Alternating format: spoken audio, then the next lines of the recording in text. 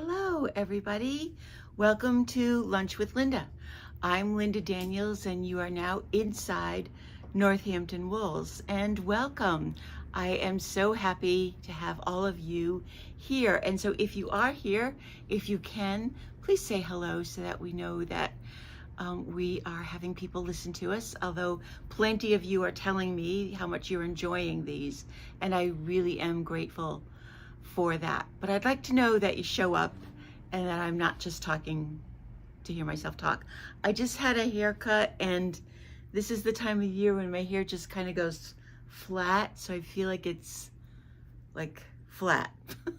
It is flat, but I'm glad to have a haircut.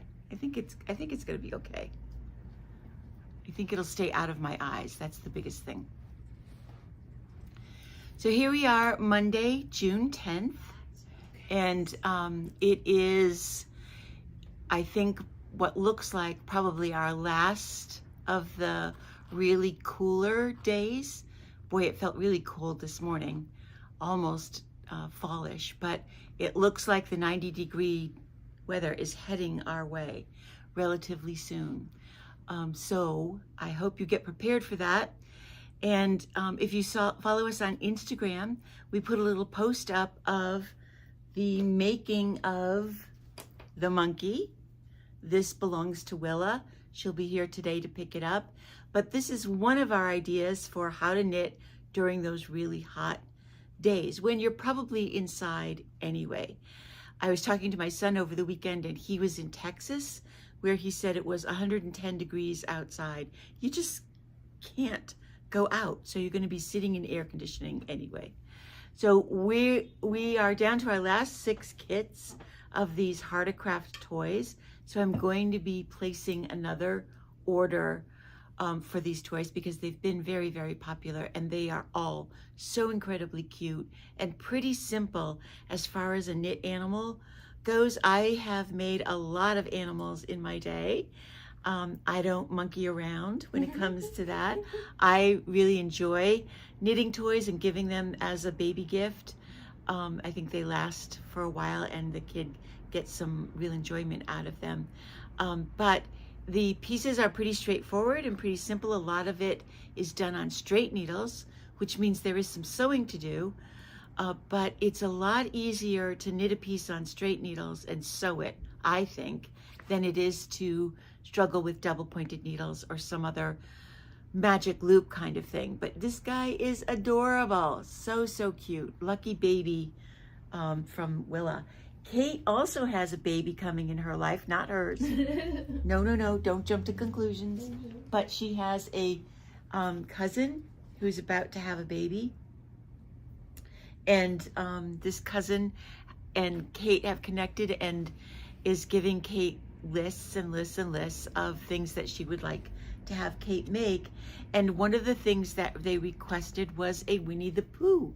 The Kate found this great pattern on Ravelry for what looks like a Pooh toy, and the sweater is part of the body. It's not removable, so that makes it a little bit easier. You don't have to make the animal and then a separate garment. But she has started working on that in what I think is the perfect Pooh color. So classic. So very classic. And you know that you see she has this little stitch marker here, and Kate's comment to me this morning was that she's so happy that her stitch marker is in the same shape as the crocheting that she is doing. Spirals. Very, very easy to make Kate happy when everything in the universe and a gold combines, and gold, and everything is gold. Because the other thing that Kate finished this week was the cotton seed stitch. You should really put it on. The Cumulus Rainbow shawl that we continue to sell a whole lot of. And of course, Kate did it in the perfect colors. And I was witness to the, the little bit of yarn chicken that Kate played at the end, like I have done a number of times with that shawl, is to make it so that you end up using all of the yarn but not running out. And even though you work by measurements, it's a hand-dyed yarn, and it is a mill they make the skeins in the mill. And even though they're supposed to be the same, it could be off by a few inches or even a yard or two, which would mean that the tip isn't going to have as much green on one skein as it does on the others. Yeah, but hers came out pretty balanced. This tip had more white in it than this one. You can see the white showing up right there. A little bit more than the other side. But so they're not exactly the same. I have one thing to say about this. I don't know how I ever lived without it. Okay. Like it's so soft, even like in the warmness, and it matches everything. And I love seeing like all of the colors, all the in betweens. And that orange in the middle, right around your face. It just makes me feel so powerful. That's great. Kate and I have been having a lot of discussions lately about women power and taking our power, reclaiming our power. So that's great. Thank you for sharing that, Kate. I love it so much. And it's perfect. It's absolutely perfect. Just look at my outfit. She's basically in her summer uniform, I think. I think I'll wear this like maybe once a week. Yeah. It matches really so great well, looking. and I feel like I'm gonna conquer the world. And you know, here we are kind of joking about it, but it's so true that you find that one piece, whether you buy it or make it, and as a knitter or crocheter, we're in a great place to be able to find that absolutely perfect color that, like Kate said, goes with everything in your wardrobe, but not only looks good, but makes you feel good in so many different ways on so many different levels. You feel good when you wear it because it looks great on you. It fits you the way you want it. It's in the colors that you have chosen, and you've created it. You have taken the time to make it special and make it especially for you. There are a lot of people that give away their stuff, and I get that. But I think it's also very important. I talked about this before, how when I feel like I'm burning out, I make something for myself. And I think that's very important for all of us. Make that thing for you that you are going to love and cherish, and that makes you feel powerful just because you've got it on. So look at the colors, look at your wardrobe, find that one perfect thing. And it doesn't have to be hard or complicated. That seat stitch shawl is really pretty easy and quick. It's on a size 9 or 10 needle. You can whip one off right now. It's not too late, to do that for the summer. Because I'm going to be wearing this in September. Exactly. Yeah, it's not just a summer kind of thing.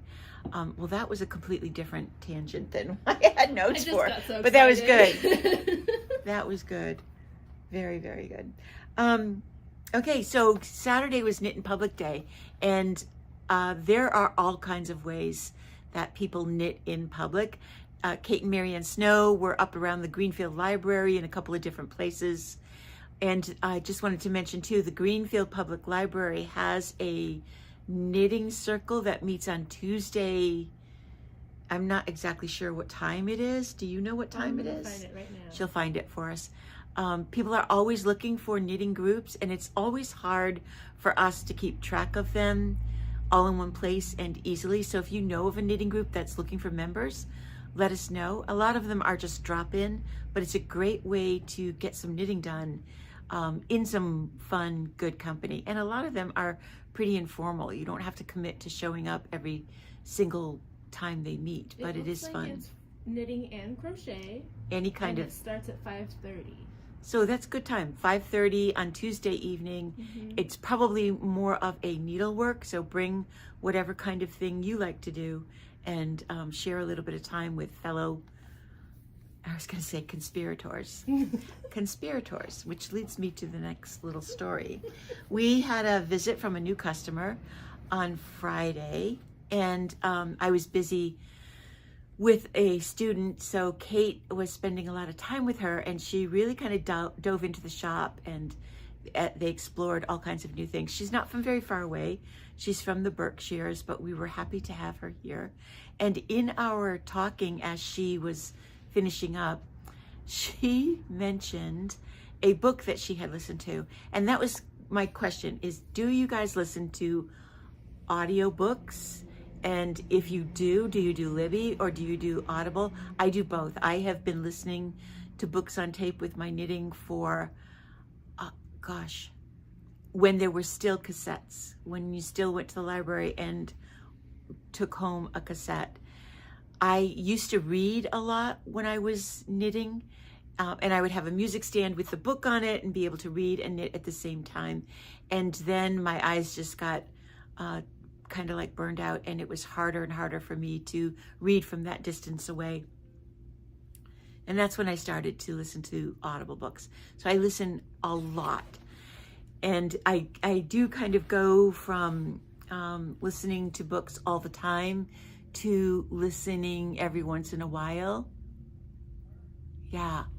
And right now I'm in a big reading mode. I think I've read 4 books in the last month.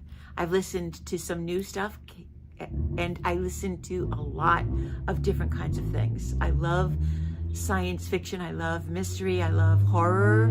I was a big Stephen King fan, but I listened to, I'll just gonna give you the titles. Extinction, which is a new book, crazy kind of out there science fiction, but not so far out there. It's a story about a scientist who brings back woolly mammoths and what that whole kind of world that creates. I listened to a couple mysteries, The Clinic, and A House with Good Bones, and The Memory of Lavender and Sage. The problem I have with listening is that I don't always remember what the stories are. I need to go back to see, a little bit of a overview of the book to actually remember the story. Anyway, long way to tell you that this woman had a series that she kind of recommended, and she said it's just fun. It's absolute fluff. And that many of you should know that there are a number of series of knitting related books, novels, usually surrounding some sort of mystery. And this is another one of those knitting mystery books, but it combines a couple of other things too. American woman travels to England, her grandmother passes away, and leaves this young woman her knitting shop. And the thing about this knitting shop is that it is also inhabited through a trap door in the back room by a family of vampires. And the name of the series is called The Knitting Vampire Club. And it was a short, quick, fun listen. The writing is, reasonable. It's very good. The writing is very good. I wasn't 100% in love with the reader, but I got through it. And of course, the story is pretty predictable. But there are a number of books in this series with a bunch of clever names. So if you are in the market for something quick and fun that you don't really have to concentrate or follow a lot of characters or get involved in a plot, the Knitting Vampire Club is going to be my beach listen fun thing to do this summer. A lot of people listen on Libby and Audible. I listen a lot on Libby, and I do have an Audible account that I go back and forth to all the time. And I think I've got 3 things that I'm listening, not all at once, but I think I've got 3 new books on my Libby already. That certainly seems to make the knitting more enjoyable, although I don't mind a little peace and quiet because I really don't watch very much TV, which means that I'm in the other room. I'm usually knitting in my very comfortable office chair while my husband is watching either Westerns or war or submarine movies in the other room. Although now he's gotten into YouTube and railroading. Oh. He used to be a railroader. Anyway, we all find our way of dealing and our happy place, and I certainly have mine. I also wanted to show you, because I finished this little sweater for Amanda. Amanda finished knitting the little 5-hour baby sweater, and she did it in the Papagallo. This is a great little quick sweater. It's top down, all in one piece. And the Pappagallo is a yarn that's almost gone. We've got some skeins left, but I wanted to refresh. It is a self-striping, super, super soft. It's 90% wool and 10% poly in a chainette. And the colors are really, really fun and fantastic. Now, if you're going to use this for something like the 5-hour baby sweater, make sure you are knitting loosely enough. Because it is a chain yarn, these chain yarns have a tendency to knit tight and small if you're a tight knitter. You can see, I hope you can see, can you see from there, that this is the yarn when it's relaxed and this is the yarn when it is stretched. So if you knit tight, you're going to take away some of the beauty of the yarn, and your garment might come out a little bit tightly knit or a little bit small. But if you go to the largest needle you possibly can with it so that you can still show that fluffiness of the chainette, you will be so happy with the way this yarn comes out. There's 250 yards. It's plenty enough for up to a size 2-year-old sweater in one skein. We've got this great pink. That's the last one we have. That's the last pink that we have. We have this great turquoise, orange, purple. Is this the last one of this? Mm-hmm. And then we have lots of other colors, but we also have this really great fun purple and orange. This would also knit up great in a baby blanket. Very, very light and fluffy and airy. Simple garter stitch on even a size 11 needle would really get you going on this thing. Ooh.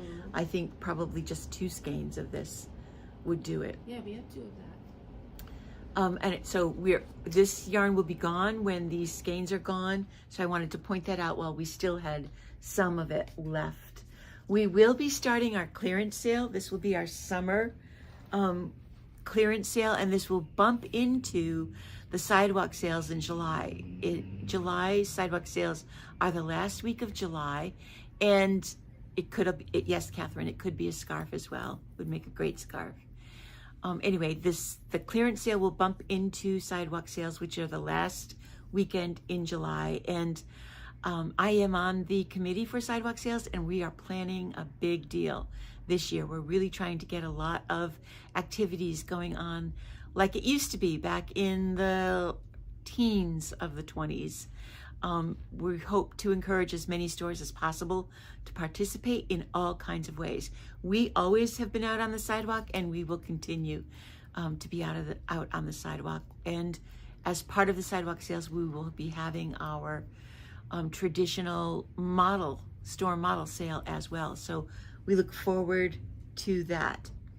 But Wednesday, we're going to start our clearance sale. So this afternoon, Kate and I are doing some work to mark down the sale baskets that we have. For example, we have had the lamb and goat on sale for a little bit now, and the inventory is getting down there. It used to be $20 a skein. This yarn was hand-dyed by Dream Color. Dream Color is no longer in business. They have been purchased by Madeline Tosh. Madeline Tosh has taken over several yarn companies: Shibui, Dream Color, Delaque, wow, and there's something else which I can't remember. But they are becoming a pretty big player in the industry. So Dream Color like this it's going to be different. It's going to be slightly different. This is the fingering weight. It's got 10% cashmere and 90% New Zealand wool. And we've used this a lot for the Sophie scarf. The Sophie scarf takes 1 skein of the Dream Color, and you've seen it around the shop, and I'm sitting right in front of, there it is. It's this way, Linda. Nope, this way. It's right there, the green one, that little garter stitch scarf that is a dream to knit and really, really fast and even more fun to wear. Just like this, so darn cute. So 1 skein of this will do the Sophie scarf. These are the one skein colors that we have. So we pulled out, these are the colors that we only have one skein left. This is water, and then obviously the off-white. This is spruce. This is fox. And this one is amber. Hey, if you're looking at this and you want it, just text right now or make a comment right now and we'll hold it for you. Otherwise, this is it. We are going to mark this. It was 30% off at $14. We are now taking it down to $10. So it's 50% off of the original price. These are the colors that we only have one skein of. If you want to do the Sophie shawl, you need anywhere from 2 to 4. The smallest Sophie shawl, which is a little bit bigger than this, takes 2 skeins, and the largest Sophie shawl takes 4. These colors we have 4 skeins of, at least 4 skeins, if not more. This is sage, which is my favorite. It's looking a little gray, I think, on the video, but it's a very light spruce color. Oh, the amber is spoken for. Great. This color is walnut, which is our favorite. Is this your favorite? It is. It's like a brown with green in it. It's got a lot. That's, you know, Dream in Color being hand dyed, these look like solid colors, but when you see them in person, you're going to see the depth of color in them. It is like a very deep olive green teal with the brown mixed in, called walnut. And then this one also is a deep forest green, and that's what it's called, forest. Forest. Light blue. Karen, tell us what color. Oh, she did. Yep, and Lucia too. And then, well, Kate, you're in charge of that. Yep. And then this one is morel, which is a mushroom, right? Yeah. And this is a lavender, very, very pale Like lavender color. Yeah. And then the last one is called coal. This is as close as they can get to black, but it is a very deep brown. I wouldn't call it black at all. No. But it's a very, very deep brown. It's a nice chocolatey brown. It is a really, you know, brown is a really hard color to dye. That's why you don't see a lot of brown on the shelves in many yarn stores, because it's just so difficult to not make it too yellow or too red, just to give it that nice, rich, natural color. So those are the colors that we've got 4 skeins of. You don't have to buy 4. If you only want 1, you can have 1 as well. But that we wanted to pull out what we had enough of in order to do the Sophie scarf or shawl. So you will be seeing, like I said, Kate and I are going to work on taking our baskets, the yarns that we have in the baskets, and marking those all down to 50%. And then we have made a list of the yarns that we will be putting on sale that are not on sale now. I will be sending out an email telling you all of those facts and figures either tonight or tomorrow, probably tomorrow when I am finally home alone. And you will be able to start your shopping for the rest of the summer. The Sophie scarf is actually another great summer knit because it's not a lot of knitting across each row. It's not a big heavy thing in your lap while you are knitting. It's the perfect little project. If you have a road trip coming, it's a great road trip project because even the ball, when it winds up, is nice and small. Fits perfectly into your cup holder in your car. Wait, that's called your yarn holder. The yarn ball holder, exactly. We still have baskets left, and all of those are 20% off. And this one, this is the small size, the little tulip size. These are, I think, perfect project, little project bags. Whether you're a sock knitter or gonna knit a Sophie scarf, there's just enough room in there. And if you are traveling, for your wallet, your keys, your glasses, and your phone, plus your sock project or Sophie scarf in a plastic Ziploc bag, right? That's our go-tos. If you don't have a really nice, like Jessalou project bag, Yeah. it's those never fail Ziploc bags, protect against the water. And then this one is our bike basket, and we still have a few of these left. They buckle right onto the handlebars instead of those wire baskets that things can fall through. This is a really good deep size for a bike. I can't wait for my family to be here on the 4th of July. I hope we have a couple left, because I think Logan rides his bike to school. I think this would be perfect for his bike riding days, and hopefully there'll be one left that he can take back to California with him. And then the other thing is that we are ready for Shop Hop. Bags are in. This is this year's bag, this nice blue, and the passports are all ready.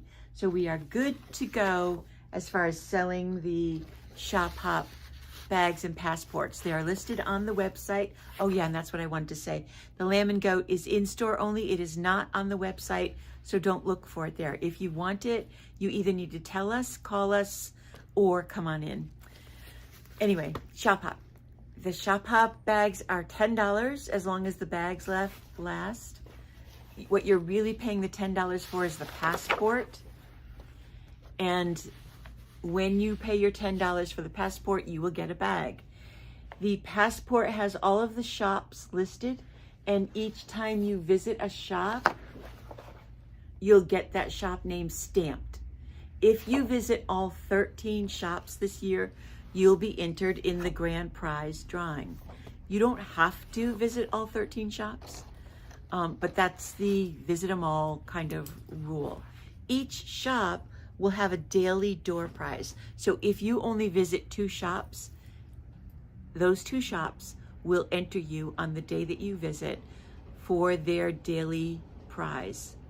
You could win a prize that way. The grand prize tends to be a big collection of yarn and goodies from yarn companies, and the daily prizes will be smaller than that. They usually have a kit or 2 and some yarn and some patterns and things like that.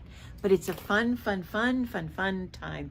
It is August 6th through the 17th, so you've got plenty of time to plan your trip. And we're really excited because we were about to drop down to only 7 shops. Margie's Yarn Crafts was going to go out of business. Margie was retiring, but at the last minute she was able to sell it to a wonderful woman named Jean Slag, I think is how you pronounce, could be Salage, I'm sorry, I don't really know, but she has purchased it. She's moved the store to the Simsbury shops and renamed it the Simsbury Yarns. I saw a couple of pictures of it, and I've spoken with Jean, and she's delightful, and the shop is going to be gorgeous. It is in a fairly new space with bright lights and a nice deep bright space with wonderful windows. She is I would say a rough open right now. Things aren't completely up to speed. She's got to get a floor in and things like that. So certainly by the time the Shop Hop comes, she'll be up and running, and we're so happy to have her be a part of it. I also wanted to tell you some of the other places. Alchemy Woolen Mill in East Hampton is joining the Shop Hop this year, and although they are not really a store, they are the newest fiber mill around, and they're going to be giving demonstrations, and probably I think that when Claudia was here, she was talking about they finally have fleece to turn into their very own yarn, just kind of like Green Mountain Spinnery does their own yarn as well as make yarn for other people. So we're excited to have them in the Shop Hop as well. Then there's also Madison Wool in Connecticut,